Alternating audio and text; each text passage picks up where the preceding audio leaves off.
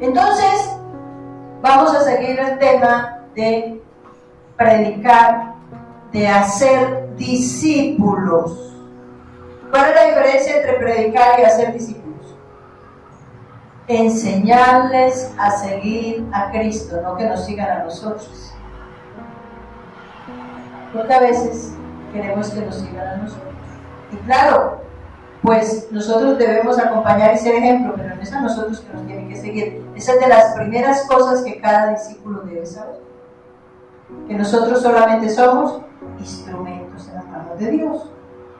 Entonces, sabemos que no toda la gente se convierte, incluso de momento, pero a veces con el tiempo, y en mi caso Dios en estos tiempos me ha dado el privilegio, en estos tiempos de hacia atrás, pero me refiero que por el tiempo que el Señor me ha permitido estar de la mano de Él, he visto ese resultado. Que de pronto por allá, cuando se le predicó, incluso la persona me molestó y hasta dejó de hablarme, pero hoy somos muy amiguis.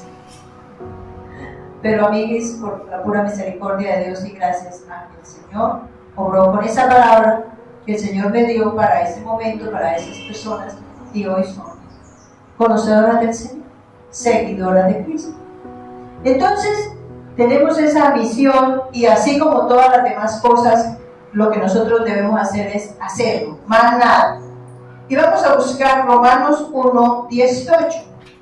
Porque la ira de Dios se revela desde el cielo contra toda impiedad e injusticia de los hombres que tienen con injusticia la verdad.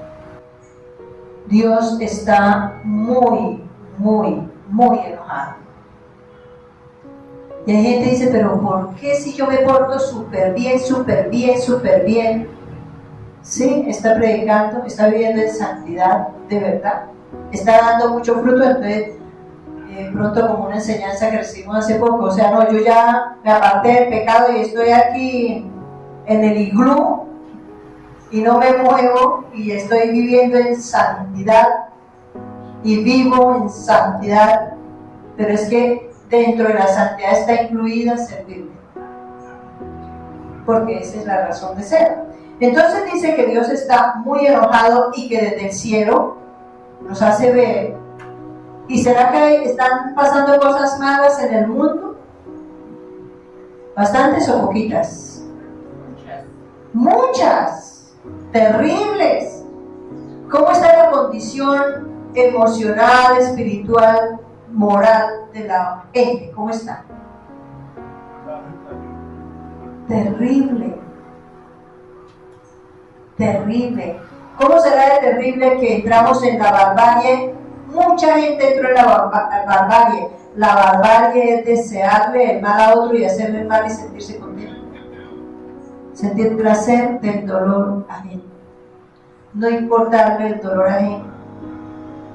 En esa condición está el mundo. Colombia está así. Hace rato. Nuestra misma ciudad, lo que pasa es que a veces no nos enteramos de muchas cosas. Pero es porque hay impiedad. ¿Qué es impiedad? ¿Por aquí? Falta de relación con Dios. Porque piedad es tener buena relación con Dios, pero impiedad es no tener relación con Dios. Entonces por eso Él dice, contra toda impiedad. O sea, Él está molesto contra toda falta de relación con Dios. Y volvemos al tema. ¿Y dentro de los cristianos hay impiedad?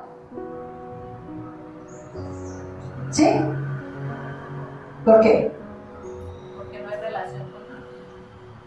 Porque estamos acostumbrados a relacionarnos con Dios de a pedacito. Esta área de mi vida sí la voy a consagrar a Dios, pero el resto no. Voy a consagrar mi vida en el área familiar y voy a ser como padre, como hijo, como esposo, como tío, como Dios dice, pero en mi trabajo no. No, yo manejo mi plata como me dé, porque es mi plata, yo soy el que la trabaja. Yo allá en mi trabajo me porto como quiera porque igual yo soy yo. Entonces en esa área hay impiedad. ¿Por qué? Porque Dios tiene establecidas las reglas de cómo manejar la economía. cómo ser como trabajadores, en todo lo que tiene que ver con la parte económica. Entonces en esa área le estamos faltando a Dios, pero yo sí voy a la iglesia, y yo sí leo la Biblia, y yo sí oro, y yo sí le pido. Eso es todo. Ahora, si apenas está dando los primeros pasitos, pues está haciendo bastante. Está empezando. Pero si ya llevamos un determinado tiempo, ya es hora de que demos mucho fruto. Contra toda impiedad e injusticia de los hombres. Injusticia que es porque nosotros debemos aplicar la justicia. La ley de Dios es la justicia de Dios.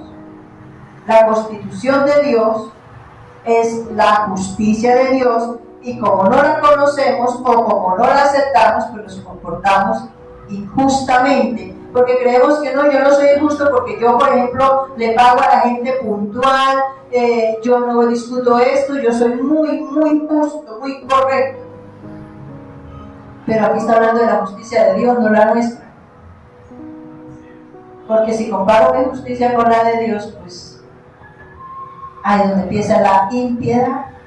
Entonces Dios está molesto y dice que detiene por injusticia la verdad. Si yo no predico, yo que ya conozco la palabra, entonces no estoy dándole la oportunidad a tantísima gente. Yo personalmente, por ejemplo, me paré hoy acá mirando pues a la gente que pasa, que muchos pues los veo, los conozco más o menos. No pasó tiempo que estuve una persona que dijera, esta persona está consagrada a Dios, ni una. De toda la gente que pasó. ¡Qué dolor! Muchísima gente no conoce al Señor. ¿Y dónde está el trabajo? Y con toda la certeza, cada persona de esas tiene a alguien cerca que conoce a Dios que no le ha predicado. Ahora, si le ha predicado y no ha aceptado, libre de responsabilidad. Pero estamos deteniendo la verdad de Dios por no predicar, por no hablarle a la gente. Isaías 54. Jehová el Señor me dio lengua de sabios para saber hablar palabras al cansado. Despertará mañana tras mañana, despertará mi oído para que oigan como los sabios. Él nos da herramientas suficientes para que hagamos la tarea. No lo busquen, pero en Efesios 2:10 dice que somos hechura suya, creados en Cristo Jesús para buenas obras. O sea que el plan de Dios es que hagamos buenas obras. Pero entonces a veces creemos que es largarle la monedita o el pancito al que pidió por ahí en la calle, yo ya completé el proceso. No, aquí me dice que me da lengua de sabios para saber hablar. O sea que cuando yo hablo, ¿qué debo hablar? Sabiduría de la palabra, no de mi consejo, de mi parecer, de mi querer, no, de la palabra. De la palabra, lengua de sabios para saber. O sea, Él no nos pone a decir cosas de cualquier manera, nos instruye para saber hablar al cansado. ¿Será cansado porque le dio la vuelta a la manzana? No, está cansado por el sufrimiento, por el dolor, por la preocupación, por la escasez, por el problema de sus hijos, de la economía. Hay gente que está muy cansada cuando ve la condición del país, o sea, se agobia emocionalmente, se siente agobiada, cansada. Es una persona que está así porque no tiene esperanza, porque no tiene el conocimiento de que hay un Dios soberano, que aunque las cosas estén del color que estén, no importa, porque Dios tiene respuesta y solución. Eso es hablar con sabiduría. Pero eso se encuentra ¿en dónde? En la Biblia. ¿Y para eso qué tenemos que hacer? Estudiar la Biblia. ¿Cómo hablamos palabra de Dios si no estudio la Biblia? ¿De dónde la saco? Y dice, despertará mañana tras mañana, despertará mi oído para que oiga como los sabios. Es decir, que entonces ahí donde yo tengo que recoger la palabra, y transformarla con sabiduría de Dios, porque mirábamos en la enseñanza de los 8 días de que la gente pregunta y cuestiona cosas necias que no tienen nada que ver con el plan de Dios. Mirábamos, por ejemplo, que si las mujeres que fueron a la tumba estaban contentas o estaban tristes, y vamos a enseñar sobre eso. Y sí, se puede hablar, ¿claro? ¿Cuál era la razón? Pero mirábamos que la gente se detiene en cosas triviales y no trascendentales. Y debemos tener claridad de qué es lo que realmente la persona necesita. Cada persona tiene una necesidad diferente. Y nosotros con sabiduría debemos usar la palabra del Señor para llevar la palabra que esa persona le necesita, guiado por el Espíritu Santo.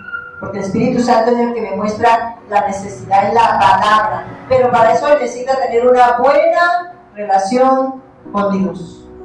Si no hay buena relación con Dios, nuestro oído está taponado y mañana tras mañana el Espíritu Santo me está hablando, pero ni supe. Romanos 1:16.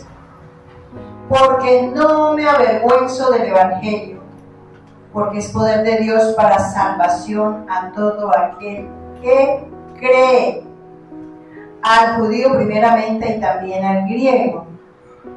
Esto de que no me avergüenzo del Evangelio es algo que yo sí lo debo tener en consciente y tenerlo en claro, tenerlo presente, exacto. ¿Por qué? Porque es que si yo no me hago consciente del poder tan grande que tiene la palabra de Dios, pues no me intereso por él. Y no me debo avergonzar, sino todo lo contrario.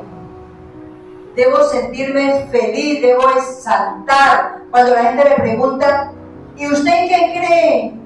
Pues en el Dios Todopoderoso, en Jesucristo que es mi Salvador. Es decir, como tantas cosas que nosotros hablamos en el día con tanta gente, si ustedes pudieran mirar, nomás miren lo que escribe, con eso se dan cuenta de lo que habla.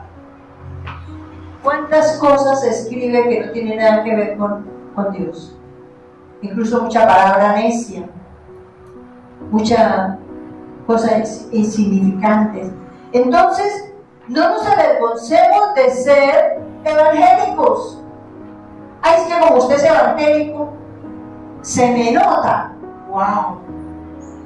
Eso es un privilegio de los mejores, que se me note que soy una evangélica.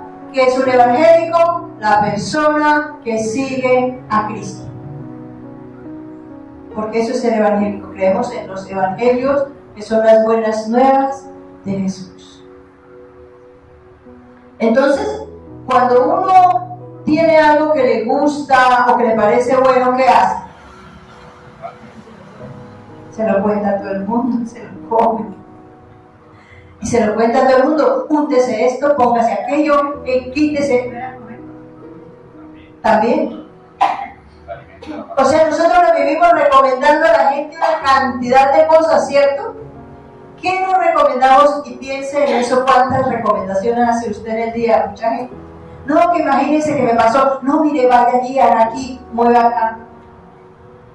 Puras trivialidades. No es que no lo hagamos, claro, eso también forma parte de la tarea que tenemos. Pero tengamos en cuenta que lo que más tenemos que recomendar diariamente es el Evangelio. A Cristo, el que pagó el precio de nuestro pecado y nos hace libres de poder caminar como Él manda.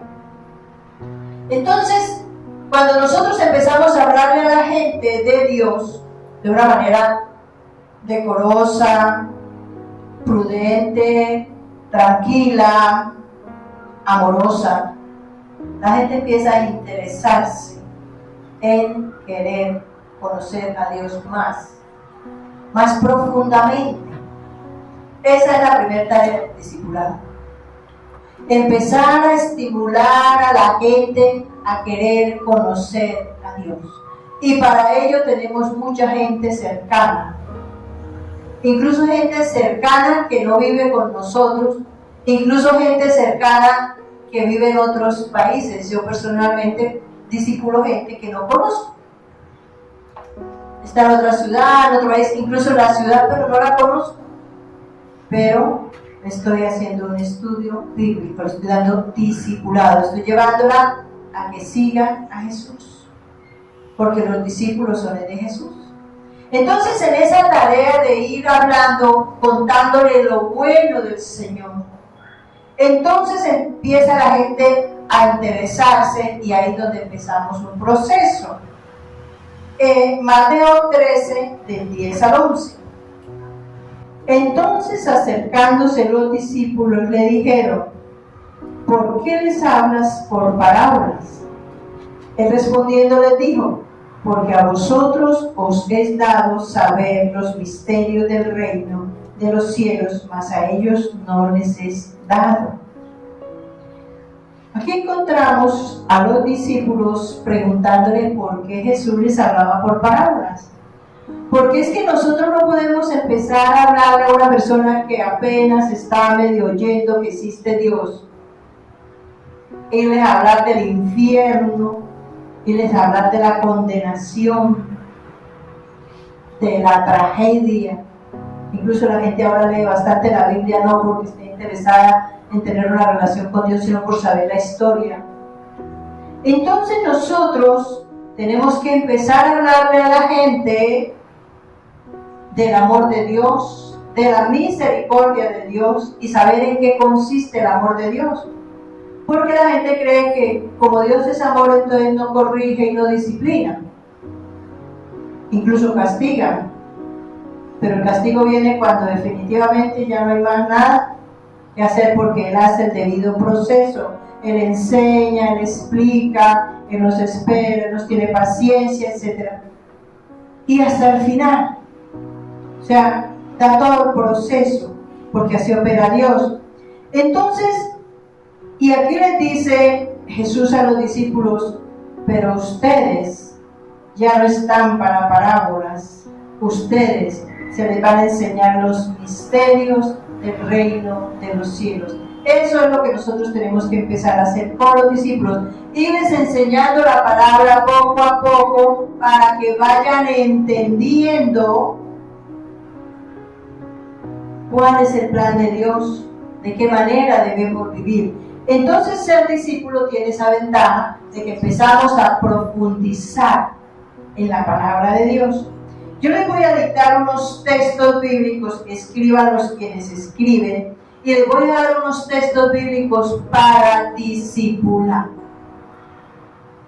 Entonces, los van escribiendo, yo les voy diciendo. Empezamos buscando que la gente tenga identidad en Dios. Porque si una persona no sabe quién es en esta vida, porque tiene su identidad distorsionada, porque le han dicho que no sirve para nada, que no puede, que le falta, que le sobra, pues es una persona que no tiene identidad, y por eso es que sufre, y por eso es que está angustiado, y por eso es que hay tantos errores. Pero si la persona tiene identidad en Dios, entonces sabe quién es y para dónde va. Y uno de los textos, hay varios, pero uno de los textos para enseñar identidad a Dios es Salmos 139, del 13 al 16. Este es un texto que habla que fuimos diseñados por Dios, que nos puso en el vientre de nuestra madre, que nos ha cuidado, que hasta aquí nos ha traído, que nos ha librado de 1000 cosas. Identidad en Dios. Otro texto, Efesios 2:10. En Efesios 2:10 encontramos el propósito para lo cual vinimos a esta tierra, porque Él dice que nos trajo para la buena obra. Efesios 2:10. Exactamente. Entonces aquí encontramos, estos textos nos hablan de por qué estoy aquí y para qué.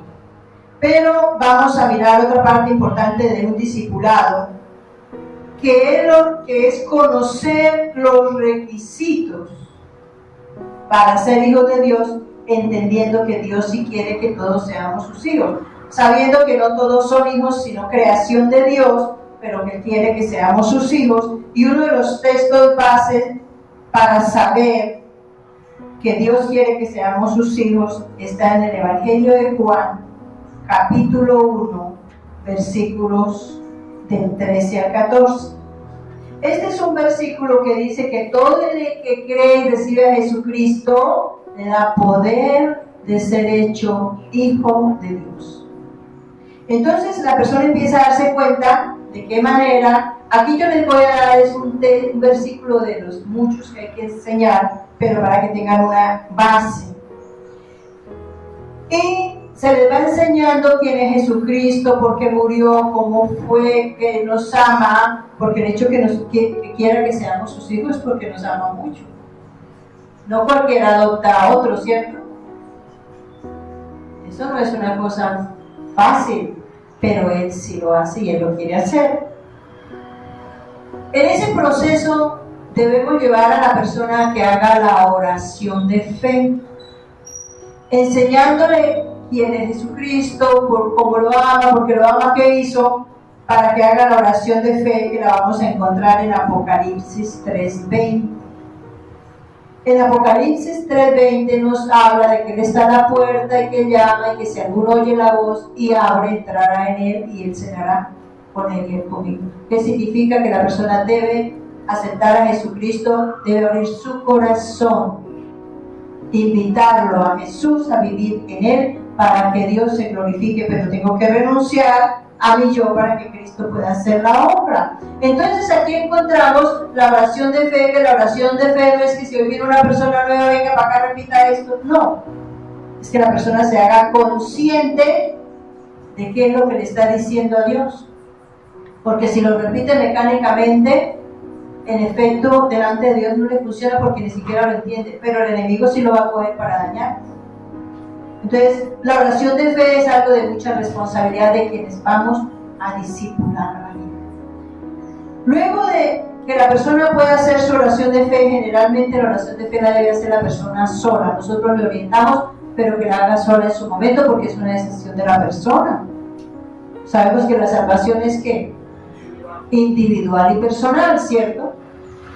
Bien, teniendo ya que la persona ha hecho la oración de fe, podemos hablarle de los beneficios de ser hechos hijos de Dios.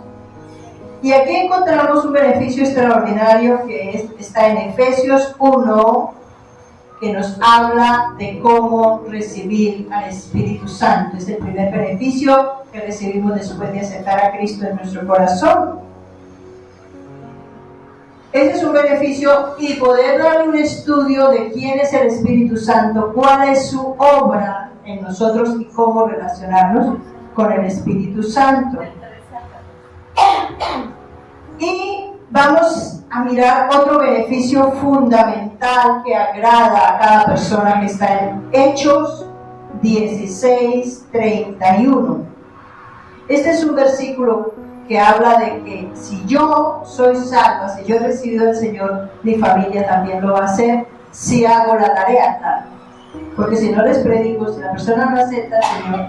Entonces aquí, Hechos 16:31 me dice que mi familia está en el plan de Dios de la salvación. Un beneficio extraordinario. Y luego tenemos también que hablarles de los deberes. Porque la gente cree que es todo dame, pero yo no tengo que dar nada, y eso no funciona así. En ningún área. Recibimos y damos. Y en los deberes de los hijos de Dios encontramos un texto, muchos textos, pero vamos a mirar Efesios 4. En este versículo nos está hablando que debemos renunciar, que debemos dejar la mentira, que debemos dejar robar, que debemos de dejar de decir groserías, etc. Hay una lista de cosas que nosotros debemos dejar. Y Efesios 5, del 1 al 20, también habla de los deberes de comportarnos como verdaderos hijos de Dios, que debemos estar atentos, buscando la presencia del Señor, obrando conforme Dios lo demanda. Efesios 5, del 1 al 20. Esto es una mínima parte. Ahora, ¿cuánto tiempo le dedicamos a un discípulo? A muy largo plazo. Porque una cosa importante de esto de predicar es que empezando se le debe predicar 1 o 2 versículos máximo, porque la persona no está preparada para recibir y se va a confundir. A medida que va creciendo, le vamos enseñando un poquito más, pero ojalá centrado en una sola temática. Y dentro de eso tenemos que tener nosotros, los que estamos discipulando, los siguientes requisitos. 1, ayunar. Porque esto no es a palo seco. Esto no es así, de cualquier manera. No, hay que ayunar, hay que orar, hay que clamar para que el entendimiento de la persona se abra y su corazón se disponga. Porque si no, la palabra no va a rebotar y no va a funcionar. Debemos orar, ayunar. Y otra cosa fundamental es dar testimonio. Si no se congrega, ¿qué le puede enseñar a su discípulo? Que no se congregue. Hay gente que le gusta pastorearse sola, y eso no es de Dios. Pastorearse solo no es de Dios, porque cuando vemos a Jesucristo, Él siempre estaba en el templo o en la sinagoga, y hacía, claro, el trabajo de campo que se llama, pero Él estaba o en el templo o en la sinagoga. El mismo Pablo, él siempre llegaba a cualquier pueblo, lo primero que buscaba era la sinagoga, y allí empezaba a predicar, porque no somos ruedas sueltas. Si no se congrega, pues, ¿cómo va a formar ese discípulo? Si llega tarde a la iglesia, si no tiene una relación con Dios. Entonces son cosas que nosotros con anticipación ya debemos estar haciendo para poder guiar a otro. En el momento de estar discipulando, hay que orar con el discípulo, ya sea por teléfono o presencial, para que la persona empiece a ser ministrada y o sea, esa no es la razón, pero la gente dice que yo no sé orar, pero para que vean que es fácil orar, que es dirección del Espíritu Santo. Orar y luego enseñarle despacio, estando pendiente de la persona, no irse por allá a otras cosas. Volvemos al tema de las trivialidades, ponerse a enseñarle trivialidades, enseñarle a contarle el chiste o a contarle su propia vida, porque cuando uno está hablando, pues uno se acuerda de lo que ha vivido y se arranca. No, y a mí también me pasó, y cuando se da cuenta van 2 horas y no le enseñó nada, o lo poco que le enseñó se le perdió en todo lo que le contó, le dijo, o se pone a averiguarle la vida. Nosotros no tenemos que estarle averiguando la vida, que no, que fue que un día me robé y cómo fue y a qué hora sé y cuánto se robó. No, eso no nos toca a nosotros. Eso son cosas, o sea, la vida de la gente, a excepción que le venga a decirnos que yo le quiero contar esto, pero eso ya no le llama discipulado, no consejería. Son 2 cosas diferentes. Pero el discipulado debe centrarse en la palabra, en el tema. Cuando se termine de darle la palabra, preguntarle qué aprendió, porque pudo haber recibido la palabra distorsionada. Porque esto también pasa, la persona, uno le está enseñando esto y dice, no, que imagínese, que cuenta otra historia que no tiene nada que ver con la palabra. Entonces traerle lo que aquí dice, no es decirle, oiga, pero usted no entendió, pero usted qué le pasa si yo le dediqué tanto tiempo. No. Amor y respeto, paciencia se necesita, y mucha paciencia, porque la persona se demora muchísimo en empezar, como dicen, encajar, entender. Entonces no podemos ir a decirle cualquier cosa que lo pueda lastimar, ¿no? Le volvemos y le enseñamos, volvemos y le explicamos, pero sí es importante oír que entendió, porque puede irse con una confusión y peor. Una cosa importante, no necesaria, pero hay que buscar que la gente aprenda a darle gracias a Dios. Por eso le decimos a la gente, porque le da gracias a Dios. A veces saca una lista gigante, a veces dice 2 palabras, a veces pide cosas materiales, a veces pide cosas espirituales. La gente va entendiendo al final que es espiritual lo que se pide, que lo material ya está hecho. Pero igual nosotros lo recibimos y no le refutamos. Y le da gracias por muchas cosas, a veces también incoherente, no importa, y qué le pide a Dios, fundamental. Y oramos por las peticiones, por la palabra, para que le quede grabada, lo bendecimos. Y en ese proceso, cuando vamos avanzando, ponemos a la gente a orar. ¿Quiere orar? Mucha gente le dice sí, y ora. oímos la oración, si la oración es coherente, porque a veces la gente ora cosas que no tienen nada que ver, entonces vamos entendiendo si la persona está siendo formada verdaderamente. Más o menos, esto es por dicho, para discipulares hay mucho más, pero para que tengan una media idea, para que empiecen el trabajo. Y terminamos con 1 Corintios 9, del 16 al 17. 1 Corintios 9, del 16 al 17.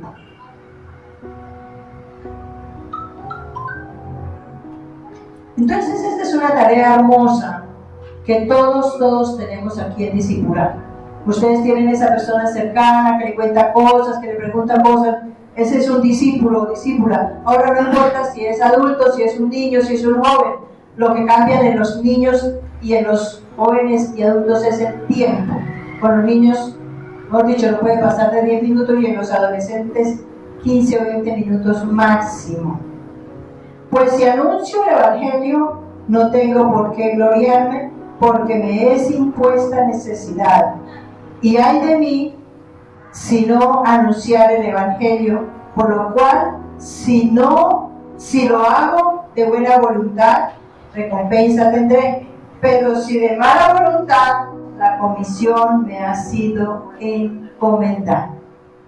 Esto me dice que si estoy compartiendo el Evangelio no es porque yo sea lo mejor de lo mejor, porque me sienta más importante, no.